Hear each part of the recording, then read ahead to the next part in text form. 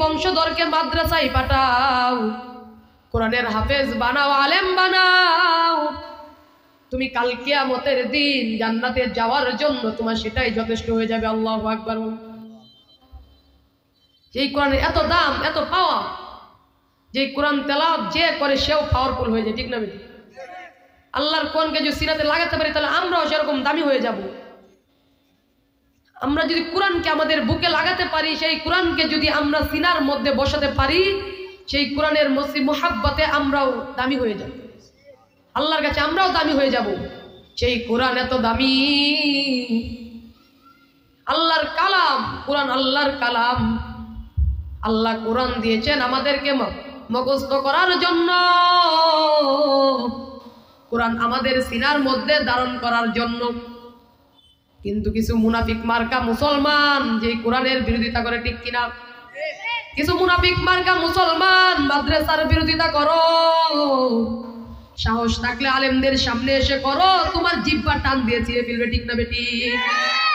আলেমরা সেই ক্ষমতা রাখে, তোমার জিহ্বা টান দিয়ে চিরার মতন ক্ষমতা আলেমরা রাখে। কারণ তারা কোনো দুনিয়ার কোনো শান্তি লোভ লালসার মধ্যে তারা নেই, তারা আল্লাহর পাগল, তারা রাসূল প্রেমিক, তারা কোরআন পাগল, তারা ইসলাম পাগল। তাই তাদের দিলে এতটুকু সাহস আছে, যারা কোরআনের বিপক্ষে কথা বলবে, যারা ইসলামের বিরুদ্ধে কথা বলবে, যারা হাদিসের বিরুদ্ধে কথা বলবে, যারা আলেমের বিরুদ্ধে কথা বলবে, তাদেরকে আমরা মাটির নিচে পুঁতে ফেলবো, ঠিক না বেটি? সেই বাতিলগুলো আমাদের সামনে আঙ্গুল তুলে কথা বলতে পারবে না, ঠিক না বেটি? যেই নারে তাকবীরের স্লোগান, কোরআনের স্লোগান, সেই স্লোগানে এই নাস্তিকদের বাংলাদেশ ত্যাগ করতে হবে, ঠিক না বেটি? এক নাস্তিক বাংলাদেশ থেকে বলাইছে, কি বলাইছে না? নাস্তিকের নাম জানেন না আপনারা? আলেমদেরকে অনেক কষ্ট দিয়েছে সেই নাস্তিক, আলেমদেরকে নিয়ে কারো নির্যাতন করছে, আয়না করে এটকে রেখেছে আলেমদেরকে। সে আলেমদের বদ্ধই আজকে সেই নাস্তিক বাংলাদেশ ত্যাগ করেছে, ঠিক কিনা? সে নাস্তিকের পাওয়ার কোথায়, কোথায় তার পাওয়ার, কোথায় তার আইনজীবী লোক, তার কাছে তার কেউই নেই, তার নিজের জায়গার টাকার মতন আর জায়গা নেই। সেটা কাদের জন্য হয়েছে? আলেমদের দোয়ার জন্য। আলেমদেরকে যদি শান্তিতে রাখতো, যদি আলেমদেরকে কষ্ট না দিত, তাহলে আজকেও সে বাংলাদেশে রাজত্ব করতে পারতো, ঠিক কিনা? সেসব মুনাফিক মার্কা মুসলমান যারা আমাদের প্রকাশ্যে আমাদের সাথে মিলেমিশে চলে, আমাদের প্রকাশ্যে আমাদের স্লোগান গায়, কিন্তু পর্দার আড়ালে আমাদের নামে বদ্ধ করে, ঠিক না বেটি? পর্দার আড়ালে গিয়ে কুচাকুচি শুরু হয়ে যায়, তারা শুরু মুনাফিক মার্কা মুসলমান। আল্লাহ তাদেরকে বলেছেন, আল্লাহ যিনা কাফারু লাহুম আযাবুন শাদীদ, সেই সব কাফেরদেরকে জাহান্নামের আগুনে নিক্ষেপ করবে, ঠিক না বেটি? সেই সব কাফেরদের জন্য জাহান্নামের আগুন দাউ দাউ করে জ্বলতেছে। সেই সব কাফেরদেরকে আমরা হুঁশিয়ার করে দিব, কারণ আমরা হলাম শাহ জালালের গোষ্ঠী, শাহ পরানের গোষ্ঠী, আমরা হলাম আহমদ শফির গোষ্ঠী। আমরা কোনো বাতিলকে, কোনো অপচয় জিনিসকে আমরা আমাদের নিজের স্থায়ী দিব না। কোনো বাতিল আমাদের সামনে চক্ষু তুলে কথা বলতে পারবে না, ঠিক কিনা? সেটার বিরুদ্ধে আলেমরা আগেও স্লোগান দিয়েছে, এখনো স্লোগান দিয়ে যাচ্ছে। সেসব বাতিল যদি পরবর্তীতে আমাদের সামনে আবারও আসে, ইনশাআল্লাহ জিহাদের ময়দানে আলেমদের দেখা আবার হবে, ঠিক কিনা? সেসব বাতিলকে বাংলাদেশ থেকে বিদায় জানিয়েছে ইসলাম, কারণ ইসলাম হলো শান্তি, ইসলাম মানে শান্তি। ইসলামে তো কোনো খারাপ কাজ, কোনো নাস্তিকতা, কোনো ইহুদিকতা থাকবে না। আল্লাহর কাছে লাখো কোটি শুকর, আল্লাহ আমাদেরকে মুসলমান বানিয়ে দুনিয়াতে পাঠিয়েছে। আল্লাহ আমাদেরকে নাস্তিক বানাই নাই, কাফের বানাই নাই। আল্লাহ আমাদেরকে ইহুদি বানাই নাই, হিন্দু বানাই নাই, খ্রিস্টান বানাই নাই। আল্লাহ আমাদেরকে শ্রেষ্ঠ জাতি হিসাবে মুসলমান, মুসলিম হিসাবে আমাদেরকে প্রেরণ করেছে। আল্লাহ আমাদেরকে মুসলিম হিসাবে পাঠিয়েছেন। যুবক, তুমি কেমন মুসলমান? তুমি নিজেকে মুসলমান দাবি করো, তুমি কোরআনের বিরোধিতা করো। তুমি নিজেকে মুসলমান দাবি করো রে যুবক, তুমি আলেমদের বিরোধিতা করো। তোমার কেমন ঈমান? তোমার কেমন ঈমান? তুমি কেমন ঈমানদার লোক? তুমি কিভাবে নিজেকে মুসলিম দাবি করো? তোমার মতন মুসলিম ইসলামে কোনো স্থায়ী নেই। তোমার মতন মুসলিমকে আমরা জুতা পিটাতে পিটাতে পিটাতে পিটাতে আমরা বাংলাদেশ ত্যাগ করবো, ঠিক কিনা? সেসব মুসলিম যারা মুনাফিক মার্কা মুসলমান, তারা কখনো কাটি ইমানদারদের সামনে আঙ্গুল তুলে কথা বলতে পারবে না। কোনো আলেমদের সামনে, কোনো ইমানদারদের সামনে তারা কখনো মাথা উঁচু করে কথা বলতে পারবে না রে যুবক। আজ তুমি সেই মুনাফিক মার্কা মুসলমানদের অন্তর্ভুক্ত হয়ে গেছো, তুমি কাদিয়ানির মতন লোকদের অন্তর্ভুক্ত হয়ে গেছো। এখনো সময় আছে, তওবা করো, কাটি তওবা করো, তওবা করে কবরে যাও। কাল কিয়ামতের দিন তুমি শান্তি পাবে রে যুবক।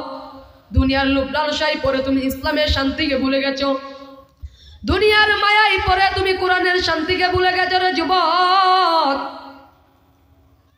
তুমি দুনিয়ার সব লোভ লালসায় পরে তুমি আখিরাতকে ভুলে গেছো, দুনিয়ার টাকা পয়সার মায়ায় পরে তুমি কবরের সামানা এখনো তৈরি করো নাই রে যুবক। এখনো সময় আছে, তওবা করো, মাথায় টুপি লাগাও, দাড়ি রাখো, নবীর সুন্নত পালন করো, লম্বা জামা রাখো, লম্বা জামা গায়ে লাগাও, নামাজে যাও। কারণ কিয়ামতের দিন যখন আল্লাহ তোমাকে জিজ্ঞাসা করবে রে যুবক, ওরে যুবক আমি তো তোর নামাজের জন্য তাগির দিয়েছিলাম, তুই নামাজে যাস নাই। তুমি বলবা আল্লাহ আমি তো তাগির পাই নাই। আল্লাহ বলবেন মসজিদে কি মুয়াজ্জিন বলে নাই হাইয়া আলাস সালাহ, হাইয়া আলাস সালাহ। মুয়াজ্জিন মসজিদের মাইকে যখন বলে হাইয়া আলাস সালাহ, হাইয়া আলাস সালাহ, যুবক তুমি কোথায় ছিলা? তোমাকে তো মসজিদে মুয়াজ্জিন 5 ওয়াক্ত ডেকেছে, তোমাকে তো 5 ওয়াক্তের নামাজে মুয়াজ্জিন মসজিদে ডেকেছে রে যুবক। তুমি কোথায় ছিলে, কোথায় ছিলে? এখন আফসোস করো। আল্লাহ বলবেন তোমাকে সময় দিয়েছিলাম, তুমি সময় ব্যয় করনি, খারাপ কাজে সময় ব্যয় করেছো। তোমাকে আমি মসজিদে যাওয়ার জন্য তাগিদ দিয়েছিলাম, তুমি মসজিদে যাওনি, তুমি বেলাইনে তুমি সময় ব্যয় করেছো। এখন তুমি টেলা সামলাও, ঠিক না বেটি? আর যেই নামাজ হাদিসের মধ্যে আছে নামাজ বেহেশতের, নামাজ বেহেশতের চাবি, সেই নামাজ যদি আমরা না পড়ি তাহলে আমরা জান্নাতে যাব কিভাবে? যদি আমরা জান্নাতের চাবি না নিয়ে মরি, যদি আমরা বেহেশতের চাবি না নিয়ে মরি, তাহলে আমরা জান্নাতে কিভাবে যাব? কিভাবে যাব জান্নাতে? কারণ নবী তো হাদিসে উল্লেখ করেছেন নামাজ বেহেশতের চাবি। সেই নামাজকে যদি আমরা দূরে ঠেলে রাখি, খারাপ কাজকে যদি আমরা আশ্রয় দেই, তাহলে তো কাল কিয়ামতের দিন ওই জাহান্নামের আগুন আমাদের দিকে আসবে। কাল কিয়ামতের দিন যখন সকল নবীরা সকল উম্মতেরা ইয়া নাফসি বলে চিৎকার করতে থাকবে রে যুবক, জাহান্নামের আগুনকে যখন দেখে ইয়া নাফসি বলে চিৎকার করতে থাকবে, সেদিন আমার নবী জনাবে মুহাম্মদুর রাসূলুল্লাহ সাল্লাল্লাহু আলাইহি ওয়াসাল্লাম ইয়া উম্মতি ইয়া উম্মতি ইয়া উম্মতি বলে চিৎকার করবে রে যুবক। সেই নবীকে আমরা কষ্ট দেই, সেই নবীর হাদিস অনুযায়ী আমরা চলি না, সেই নবীর দাড়ির মধ্যে আমরা অস্ত্র লাগাই। সেই নবীর দাড়ির মধ্যে অস্ত্র লাগানো মানে নবীজির কলিজার মধ্যে অস্ত্র লাগানো, ঠিক কিনা?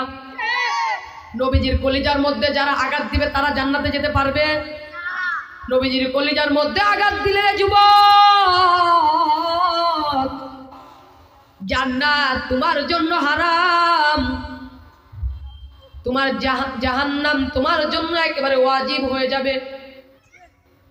তাই নবীর কলিজায় আঘাত দেওয়া যাবে না। নবীর সুন্নতের দাড়ি রাখো, নবীর সুন্নতের টুপি মাথায় লাগাও, নবীর সুন্নত গুলা পালন করো, মসজিদে যাও, নামাজ পড়ো। না সুদ খেতে হবে? ঘুষ খাওয়া যাবে? নামাজ বাদ দিয়ে সুদ খাইলে ঘুষ খাইলে জান্নাতে যাওয়া যাবে?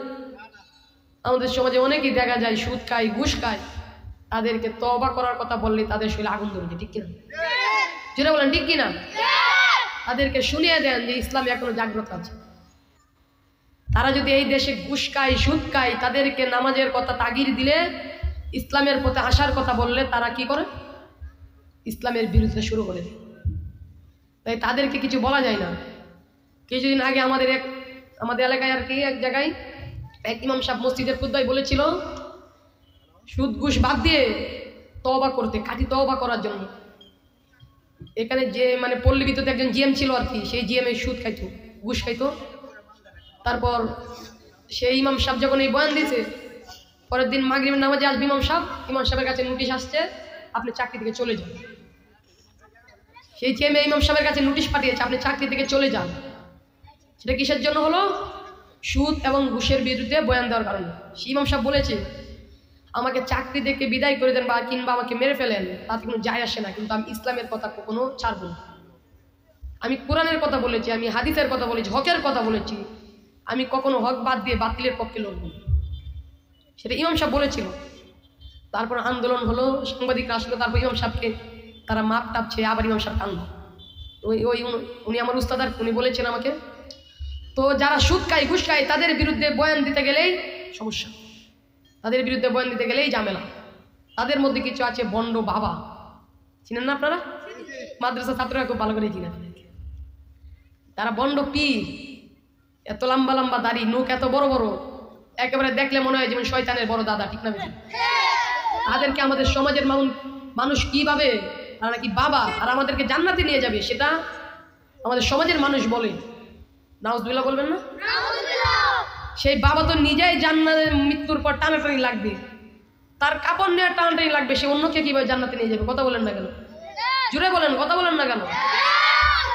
সেই বন্ডদের জন্য এই বয়ান, যে বন্ডরা এই দেশে রাজত্ব করতে চাইছে, যে বন্ডরা আলেমদেরকে পিছে ঠেলে দিয়ে তারা রাজত্ব করতে চাচ্ছে, সেই বন্ডদেরকে আমরা জানিয়ে দিতে চাই, তোমরা যত কিছুই করো না কেন, তোমরা যতই মুরিদ বানাও না কেন, আমরা ইসলাম হক, আমরা হেফাজত ইসলামের পথে আছি ইনশাআল্লাহ। সেই বন্ডদের বিরুদ্ধে বয়ান দিতে গেলেও সমস্যা। মানে কয়েকটা জিনিস আছে, তাদের বিরুদ্ধে বয়ান দিলেই সমস্যা। তাদের পক্ষে কথা বলো, তোমাকে তারা ভাইরাল করে দিবে, ঠিক না? তাদের পক্ষে কথা বলো, সমস্যা নাই, কিন্তু তাদের বিরুদ্ধে গেলেই সমস্যা। আল্লাহ তো বলেছেন কুল্লু নাফসিন যায়কাতুল মাউত, সবাইকে মৃত্যুর বরণ সাথ করতেই হবে, মৃত্যুবরণ করতেই হবে। মালাকুল মাউত সকলের জীবন কবজ করবে। তো তবে আমরা মরবো, ঠিক আছে, কিন্তু আমরা মরবো, মরার আগে তো আমাদেরকে মৃত্যুর সামানা তৈরি করতে হবে। সেই মৃত্যুর সামানা আমাদেরকে তৈরি করতে হবে। যদি আমরা মৃত্যুর সামানা তৈরি না করি, তাহলে তো ওই কাদিয়ানির মতন আমাদের অবস্থা হবে, ঠিক কি? আমাদেরকে মৃত্যুর সামানা তৈরি করতে হবে, ইসলামের পথে চলতে হবে, কোরআনের কথা বলতে হবে, বাতিলের সামনে মাথা উঁচু করে দাঁড়াতে হবে। যতই বিপদ আসুক না কেন কালিমা ছাড়া যাবে না, যতই বিপদ আসুক না কেন কোরআন ছাড়া যাবে না, যতই বিপদ আসুক না কেন হাদিসের কথা ছাড়া যাবে না, যতই বিপদ আসুক না কেন নবীর সুন্নতের উপর আঘাত দেওয়া যাবে না, যতই বিপদ আসুক না কেন ইসলাম ত্যাগ করা যাবে না। যদি প্রয়োজনে আমরা শহীদ হয়ে যাব, তবু ইসলামের পথ থেকে আমরা লড়বো। সবাই জন্য বলি, ইসলামের পথ থেকে লড়বো, কারণ ইসলাম আমাদের শান্তি, ইসলাম আমাদেরকে শান্তি দেয়, ইসলাম আমাদেরকে শান্তির পথ দেখায়, ইসলাম আমাদেরকে জান্নাতে যাওয়ার পথ দেখায়। সেই ইসলাম যদি ত্যাগ করে দেওয়ার কথা বলে কেউ, তাহলে তার সোজা আঙ্গুল আমরা বাঁকা করে দেবো ইনশাআল্লাহ। সবাই জুড়ে বলেন ইনশাআল্লাহ। সবাই জুড়ে একটা তাকবীর দিই নাকি? নারায়ে তাকবীর, নারায়ে তাকবীর। কুরআন সুন্নাহর আলো, কুরআন সুন্নাহর আলো, আহলে হকের আলো, সুন্নির আস্তানা ভেঙে দাও, গুড়িয়ে দাও। সুন্নির আস্তানা ভেঙে দাও, গুড়িয়ে দাও। নারায়ে তাকবীর। এই যে স্লোগান, সেই স্লোগান যদি আমরা সকলেই দেই, তাহলে কিন্তু যে নাস্তিক ইহুদি নাসারা, তাদের হৃদয়ে ভূমিকম্প শুরু হয়ে যাবে, তাদের পায়ের তলার মাটি সরে যাবে যদি সেই স্লোগান আমরা রাখি। কারণ সেই স্লোগান বড় বড় উলামায়ে কেরামের, সেই স্লোগান বিশ্বনবীর কাছ থেকে সেই স্লোগান এসেছে, যে স্লোগান নাস্তিকদেরকে হৃদয়ে ভয় ঢুকিয়ে দেয়, ঠিক কিনা? তো আজানের সময় হয়ে গেছে। আমি আপনাদের সামনে যেগুলো কথা বলেছি, ইনশাআল্লাহ এইগুলো কথার উপর আপনারা আমল করবেন। আমি চেষ্টা করবো আমল করার জন্য। মা তাওফিক ইল্লা বিল্লাহ। আল্লাহ যদি আমাকে পরবর্তীতে আপনার সামনে দেখা করাই, তাহলে পরবর্তীতে কথা বলবো ইনশাআল্লাহ। ওয়া মা আলাইকা ইল্লাল বালাগ। আসসালামু আলাইকুম ওয়া রাহমাতুল্লাহি ওয়া বারাকাতুহু।